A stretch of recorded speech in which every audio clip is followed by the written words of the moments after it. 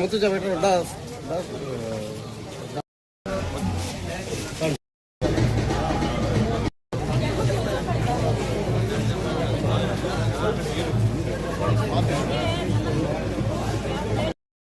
జరిగింది.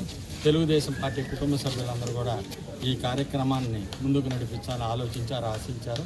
అదేవిధంగా జనసేన బీజేపీ నాయకులు కూడా కలిసి వచ్చి ఈ కార్యక్రమాన్ని జయప్రదం చేస్తున్నందుకు వారికి కూడా నా హృదయపూర్వక నమస్కారాలు తెలియజేస్తున్నాను. ఈరోజు సుపరిపాలనలో తొలి అడుగు అనేటువంటి కార్యక్రమంలో అందరం కూడా డోర్ డోర్ ఇక్కడికి వెళ్ళాం.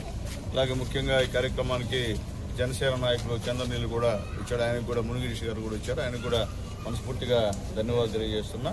గత 2 రోజుల నుంచి కూడా గూడూరు పట్టణంలో ఈ యొక్క సుపరిపాలనలో తొలి కార్యక్రమానికి అందరం కూడా తెలుగుదేశం పార్టీ కుటుంబ సభ్యులందరూ డోర్ డోర్ వెళ్తున్నారు.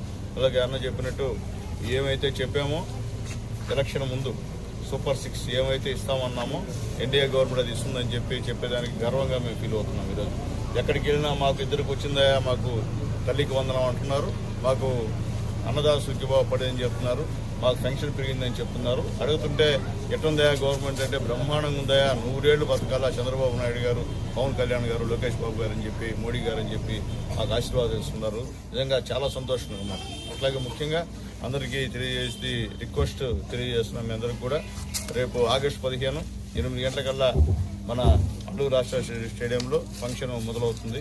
అందరూ కూడా కార్యక్రమాలు రావాల్సిందిగా కోరుతున్నా.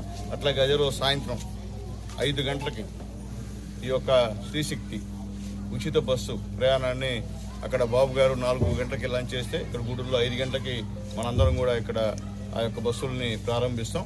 కాబట్టి ఆ కార్యక్రమానికి కూడా మా తెలుగుదేశం పార్టీ, జనసేన, బీజేపీ నాయకులందరూ కూడా రావాలని చెప్పి మనస్ఫూర్తిగా కోరుతున్నా. ఇకపోతే మనందరికి గతం నుంచి అందరం పోరాడినోళ్ళమే.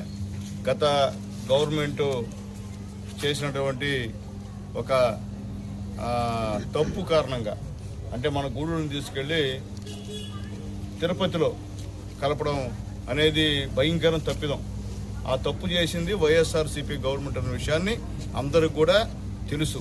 అట్లాగే మన అదృష్టం బాగుండి గూడూరు జిల్లా అయితే ఇంకా మనకి చాలా సంతోషం అని చెప్పి తెలియజేస్తున్నా. ప్రతిపాదనలు కూడా ఈరోజు ఉన్నాయి, దానిపైన డిస్కషన్ కూడా ఉందని చెప్పి నేను తెలియజేస్తున్నా.